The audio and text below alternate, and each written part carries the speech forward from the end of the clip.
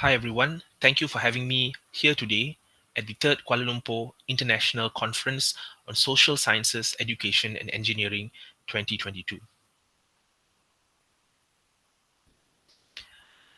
I will be your presenter today. My name is Dr. Kanesh Gopal, and I will be presenting a study that was conducted by myself as well as Ms. Mirat Tayyab Mukhtar Qureshi on the impact of unethical and false advertising on social media towards consumer buying behavior. And this is an examination among young adults in Malaysia. I am from the Faculty of Accounting, Finance and Business, Tunku Abdul Rahman University of Management and Technology, whereby the Miss Mirat Tayyab Mukhtar Qureshi is from the School of Marketing and Management from Taylor's University. So without further ado, we shall start with our topic of discussion. Prior to this, multiple discussions and papers exist regarding the impact of false advertising on consumer behavior. However, there has been little information on false and unethical advertising through social media platforms in Malaysia.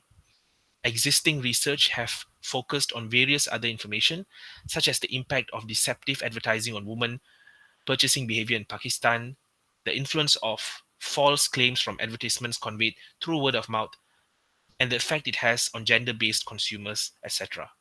This paper focuses on the impact of false advertising found in social media and e-commerce platforms on consumer buying behavior, with an emphasis on the younger generation. It further identifies the importance of adhering to the principles of ethics in terms of advertising. In this paper, we would basically be looking into social media and the various elements that make social media so interesting from the point of view of the consumers. we generally we are aware and we generally know that businesses and marketers advertise on social media due to the vast advantages it brings to their business. Social media has become a front runner in advertisements all around the world. Consumers, especially young adults and the younger generation, tend to use social media in order to gain a more interesting outlook on the items that they would like to buy. According to Apple, the top or the high social or the more prominent social networks that businesses use to advertise to a massive audience include media outlets or social media outlets like Facebook, Instagram, Twitter, Pinterest, LinkedIn, and Snapchat. So these various social media tools are basically used to disseminate information, to advertise a product, to cause consumers to purchase a product. So a large or a massive amount of percentage of the total population of consumers has access to such platforms and engage in online purchases. In the study that we had conducted, the dependent variable is basically the consumer buying behavior, while we have a few independent variables, and these include the reliability and truthfulness in the source of information received from advertisements, the concept or the idea of female stereotyping in online advertisements, as well as the purchasing power and the intention to take risks in a purchasing or in the purchase decision itself. So we will try to see, is there a connection or is there a relationship or is there a correlation between either one, the independent variables as well as the finalized dependent variable. So as previously mentioned, existing research only focused on one aspect of information, such as the impact of deceptive advertising on women purchasing behavior in Pakistan, the impact of false claims about advertisements conveyed through word of mouth, and the impact that it has on gender-based consumers, etc. So the research lacks in looking at how consumers or what would basically be buying behavior of consumers as compared to these different types of elements such as deceptive behavior and risks taken when it comes to the relationship. So to contribute more, this paper, this study chose social media and e-commerce platforms to identify the consumers on them and to see on the impact of false advertising on these consumers buying behavior and the importance of basically adhering to ethical principles in terms of advertising. We want to know how much does false advertising actually impact consumer buying behavior? How much does elements such as deception actually influence a consumer from buying a product online? So that was the reason why we conducted this research. So we go on to the main independent variables in this study. So firstly, of course, would be the reliability and truthfulness in the source of information. So reliability and validity of information provided to consumers through the various advertisements over social media do affect consumers' ability and their mannerisms to make wise purchasing decisions. This is especially true if they are unaware of the presence of deception. Having a platform on social media allows consumers to basically be a bit more blinded by aspects of deception, leading them to make a purchase in an impulsive manner. So, this causes a consumer to purchase a product that would be ultimately making or would be causing them to make a bad decision. Consumers have become much more vulnerable and they are much more easier in making irrational choices as well as a wrong choice when it comes to buying. And this would result in probably a larger amount of wastage of their own resources, monetary resources, and if, in a way, it would finally impact their satisfaction as a consumer. So, deceptive advertising will lead to an adverse consumer reaction towards the seller, such as suspicion and negative word of mouth. So, we or the consumer, when being aware of a certain deceptive advertising, would basically resort to a negative word of mouth or a negative electronic word of mouth being spread, and this would further dampen the brand name of the company. So there are multiple practices in the advertising community that has become illegal over the years. According to Payne and Presley, in digital marketing, advertisers tend to go overboard and exaggerate the product features. So all of these elements ultimately cause for a question mark, or it would basically impact the reliability and the truthfulness in the source of information that is basically received by the consumers. Next, we would go into female stereotyping. Female stereotyping is another aspect that seems to impact consumer buying behavior. Gender stereotyping is happening all over the world when it comes to advertisements. Um, they portray incorrectly, they use different or they use genders to create eye-catching advertisements. Jones, 1991, stated that advertisements must not include stereotypes of gender, particularly those using females as symbols of attraction to sell the product or service. Other unethical female stereotypes include a woman's inability to park a car, being responsible primarily for cooking, etc. So, the idea of using a gender to convince the consumers to buy a product is unacceptable, especially in these days and these day and age. So it seems to be unethical. And in this research or this study that we have basically conducted, we want to be aware or we want to see, do these female stereotyping actually impact consumer buying behavior in any way? So it allows us to think or to realize whether people are against gender stereotyping and female stereotyping.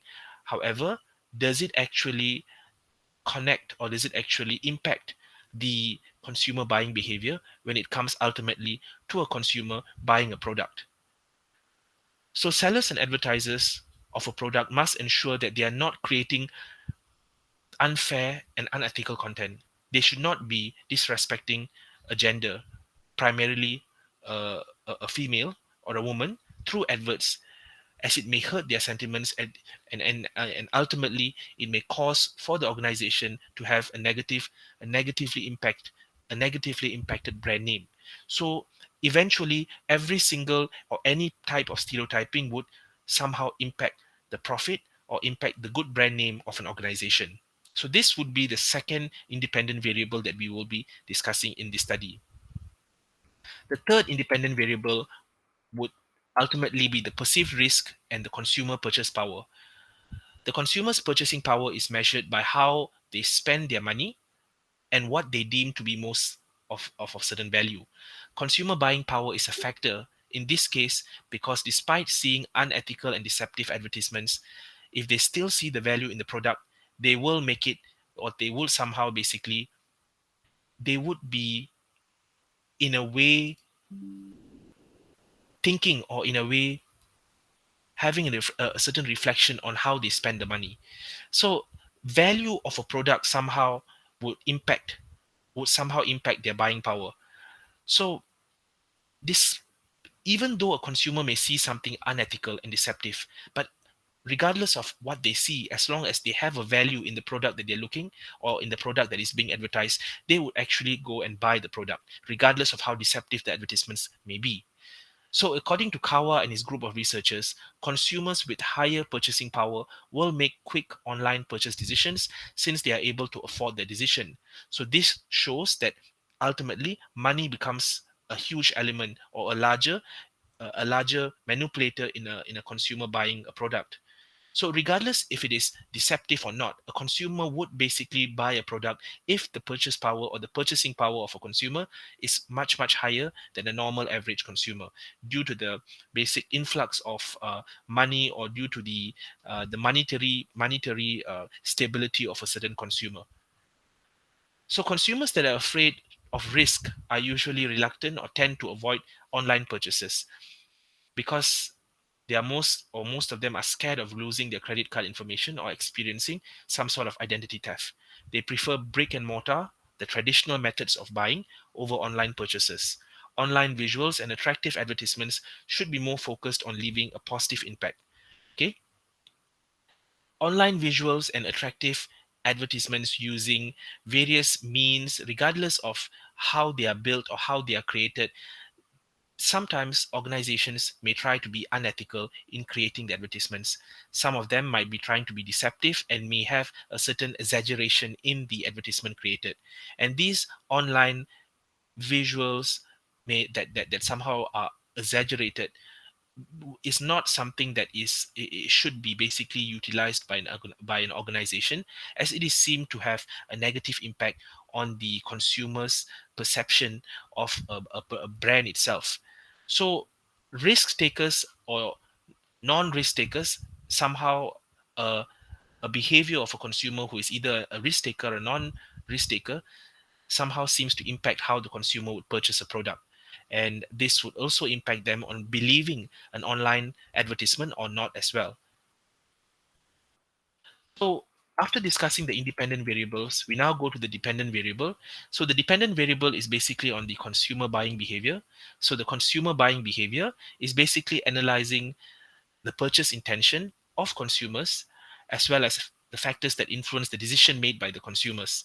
So the buying behavior of consumers here are basically the action or the behavior of a consumer in purchasing a product. So we will be basically looking at the various factors, the independent variables, and how it would basically be impacting the buying behavior of the consumers. And these independent variables, the reliability and the accuracy of information, the honesty in the product performance, the gender stereotyping, and all these different elements that are connected to our independent variables would basically be tested using SPSS, using a simple correlation analysis and things like that. And we will be trying to see if there is a connection between our independent variables as well as the dependent variable, which is the consumer buying behavior, um, as seen in the topic studied over here. So, with this literature described briefly before this, I would basically be summarizing the research questions and the research objectives as seen here. So, the research question would be the first research question: does the reliability and truthfulness of the information provided in social media advertisements affect consumer buying behavior? Does female stereotyping and the promotion of unethical behavior in social media advertisements affect consumer buying behavior? Does consumer purchasing power and intention to take risk despite unethical advertisements on social media affect consumer buying behavior? So these are the research questions, and the following would be the research objectives: to determine if reliability and truthfulness of information provided in social media advertisements impact consumer buying behavior, to determine whether female stereotyping, as I mentioned earlier, the gender stereotyping, and the promotion of unethical content in social media advertisements impact consumer buying behavior, and to determine whether consumers purchase or their purchasing power and intent to take risk somehow when buying a product through social media advertisements impact consumer buying behavior. On the other hand, the hypotheses created here are as seen above. The reliability and truthfulness in sources of information regarding a product has a positive relationship with consumer buying behavior. A higher perceived risk and low purchasing power has a negative relationship with consumer buying behavior, and female stereotyping in online adverts have a negative relationship with consumer buying behavior. So these were the hypotheses created based on the study that we had conducted. And the conceptual framework as seen here would be as seen in this diagram, whereby the three independent variables, such as the reliability and truthfulness of sources of information, the purchasing power and the perceived risk, and the female stereotyping, would be connected to the consumer buying behavior, which acts as our dependent variable in this study. So as for the methodology of our research, what we had done was primary data was collected through quantitative methods, whereby secondary data was done or collected through articles, research articles, and based on historical annals. The respondents included the Malaysian population between 18 to 44, as well as people who are using social media, people who are quite aware of e-commerce platforms. Google Forms and surveys were used to reach out to the target respondents, and the link to the survey was posted on social media platforms. So it is something that is basically quite easy to be done. So for the sampling technique, of course, convenient sampling, the convenient sampling technique was used for this research to select respondents. Convenient sampling is a type of non-probability sampling where the population is sampled because they are convenient. And as for the instrument used, we are using a questionnaire, and we have divided it into four sections, four short sections, to gain the input or the answers from the respondents. As you can see here, these are our sources of the questions created in the questionnaire. For the dependent variable, the DV, the consumer buying behavior, we had basically sourced our items from Schiffman and Kanuk 2007. For the reliability and truthfulness, the first independent variable, we had basically sourced our questions from So, Reid and King 2009. For female stereotyping and unethical content, we had sourced our questions from Jones 1991 and Hook 2016. And for the intention to purchase and perceived risk, we had sourced our questions from Shirts, Scheid, and Woods 2010. As for the data analysis and results, we basically discussed about simple methods to interpret the data that we gained. We had used descriptive statistics, reliability tests, Pearson correlation, and multiple regression. For the reliability test, as can be seen here, for each of the items, 5 items each, the reliability of the advertisement, female stereotyping, and the intent to purchase and perceive risk, all the three independent variables seem to have an acceptable Cronbach alpha value of more than 0.7 or 0.871, 0.7220, and 0.713, deeming it appropriate to be basically or an appropriate result that we will basically we had an appropriate amount of relationship seen between the items in our questionnaire. For the Pearson correlation, as it can be seen here, the correlation between each of the independent variables with the consumer buying behavior, as it can be seen here, the relationship between the reliability and consumer buying behavior, the female stereotyping and consumer buying behavior, the intent to purchase and perceived risk with our dependent variable as well. And we are able to see that there is a relation or a correlation between each and every one of these independent variables. For the regression test, we see there is a certain relationship between our predictors as seen in the numbers here. There is a certain relationship between the predictor variables as well as our or the independent variables as well as the dependent variables, showing that there is a relationship, there is a connection between the independent variables with the consumer purchase behavior as tested in this research. Based on the ANOVA results, it shows equal an amount of connection between our independent variables as well as our dependent variables as well. And these results show a certain significance. As you can see, a significance that is discovered to be less than 0.005.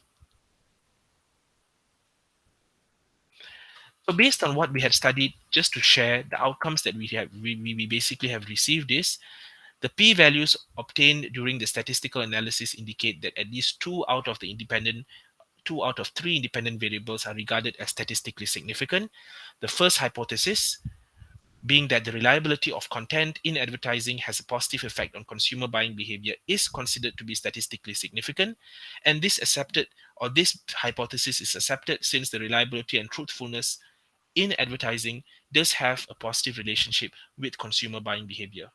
The second hypothesis was also found to be statistically significant. It shows that if a risk to purchase is detected by a consumer via online advertisements, it will discourage purchases due to the risks involved, and the intention to purchase will basically diminish.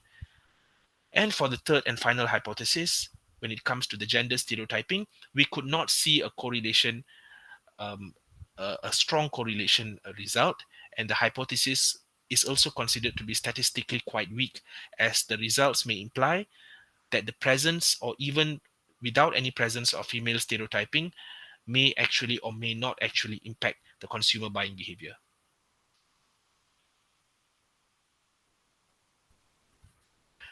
So one of the basic problems or one of the issues that we had received in this article is basically